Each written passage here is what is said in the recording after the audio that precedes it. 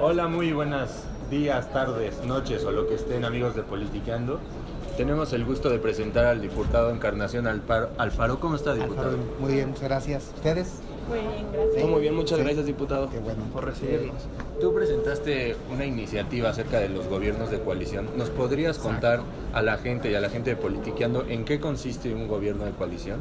En el mundo hay dos formas básicamente de gobierno: el gobierno presidencialista y el parlamentario.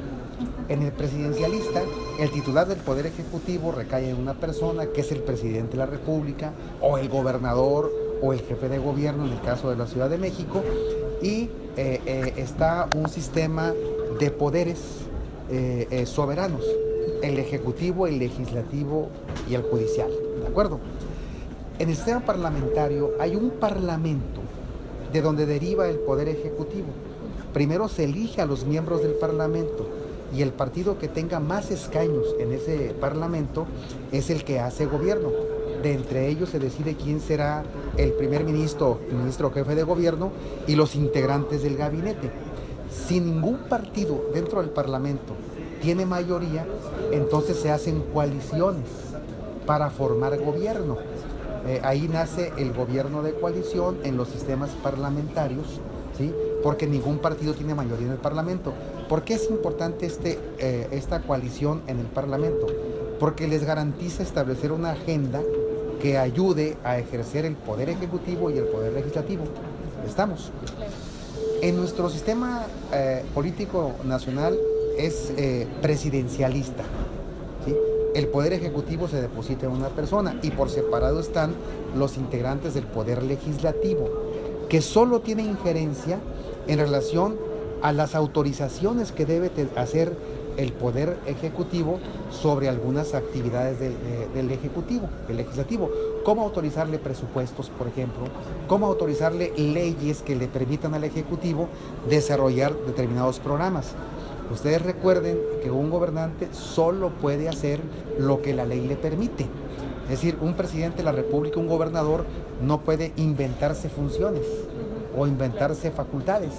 Para eso necesita de un poder legislativo que le dé facultades o atribuciones para poder ejercerlas en el poder ejecutivo. ¿Estamos de acuerdo? ¿Qué sucede bajo el régimen presidencialista?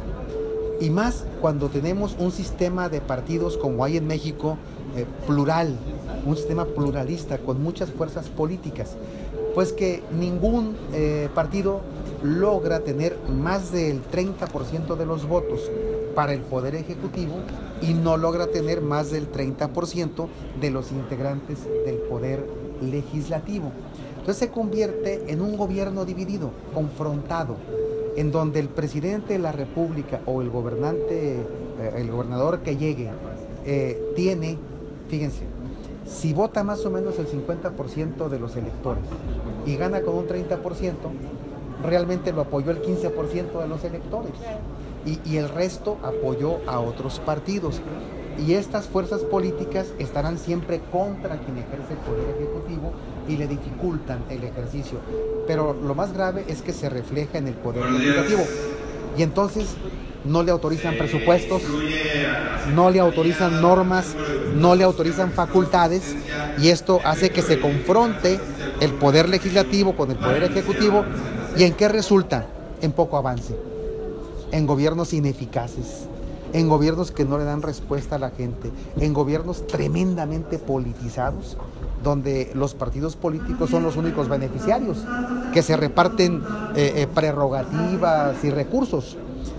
El gobierno de coalición es una opción que tiene el titular del Poder Ejecutivo una vez que gana la elección, para convocar a otros partidos que tienen representación en el Congreso a hacer gobierno, a hacer una coalición para hacer gobierno. El objetivo es garantizar mayorías estables. ¿Mayorías en qué? En el ejercicio del Poder Ejecutivo con el respaldo social, y en el Poder Legislativo con las fracciones parlamentarias que logren la mayoría para hacer ganar iniciativas.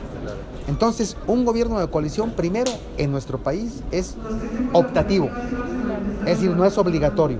Y en la Ciudad de México así está en la ley también, en la Constitución. El jefe de gobierno puede optar por un gobierno de coalición. ¿Cuáles son los elementos del gobierno de coalición? Un convenio de coalición en el que se establecen programas, inversiones, objetivos, obra pública, etcétera, en la que están de acuerdo los partidos que se coaligan para gobernar. Una agenda legislativa que acuerdan para impulsar ese programa y se comprometen a que con la fuerza unida que hacen mayoría en el Congreso sacan adelante esas leyes de gobierno de coalición y un gabinete de coalición. Es decir, los integrantes, los secretarios del gobierno son propuestos ante el Congreso de la ciudad para que el Congreso los apruebe. Y el Congreso vigila que sean los perfiles adecuados, que sean personas con experiencia, ¿sí? Con un perfil adecuado, con prestigio, de honestidad, de eficacia. Entonces, de esa manera, el gobierno de coalición hace transparente la integración del gabinete, ¿sí? Y existe otro elemento, lo que se llama el voto de censura. El Congreso de la ciudad, si ve un poco resultado en un secretario, puede expedir un voto de censura, y a los 2 votos de censura tienen que quitar a ese secretario por ineficaz. ¿Me explico? Esto democratiza más y hace que un ejecutivo que gane con un margen pequeño de votos pueda tener el respaldo de todos aquellos que también recibieron votos y puede asegurarle un mejor desempeño en el legislativo. Digamos que el gobierno de coalición es una figura de tránsito hacia un nuevo modelo de gobierno, que puede ser semipresidencialista como en Francia, o puede ser parlamentario como en otros países de Europa. En Francia ustedes vieron, Emmanuel Macron fue candidato a presidente, gana, pero su gabinete tiene que integrarlo del Parlamento. Entonces el que le forma gobierno es el Parlamento. De ahí que tenía que ganar su partido la mayoría en el Parlamento para poder decidir a sus secretarios. Hay quienes aspiran a que en México tengamos un sistema semipresidencial, como Francia. Y hay quienes dicen, no, perfeccionemos el sistema presidencialista. Lo que está claro es que el sistema como está agotado. Está agotado y solo nos puede llevar al conflicto, a la confrontación.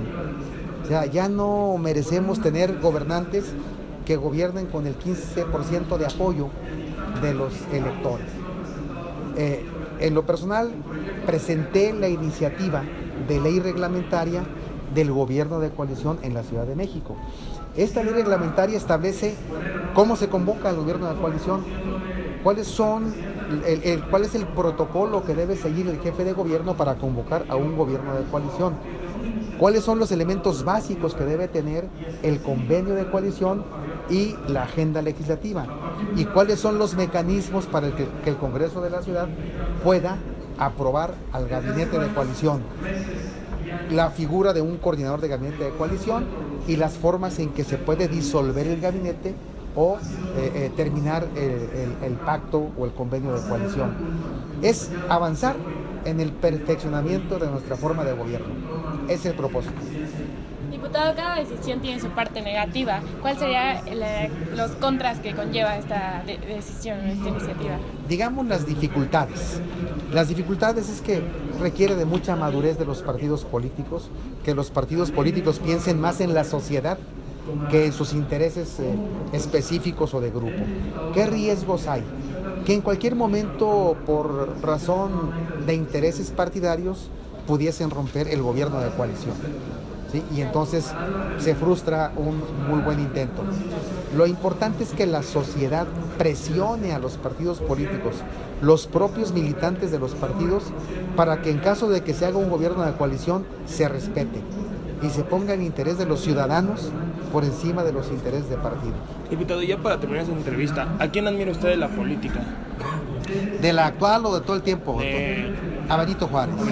Benito Juárez es un ícono, es una figura en la que tenemos nosotros ejemplo, no solo de dedicación, no solo de responsabilidad personal y de superación personal, un hombre nacido en la más humilde de las cunas en su tiempo, un niño indígena que a los 10 años no hablaba español que logró vencer todas las adversidades y que no solo llegó a ser presidente de la República, sino que fue el restaurador de la República en nuestro país. De origen indígena, humilde, es el más grande de todos los mexicanos. Muchas gracias, diputado. Al contrario.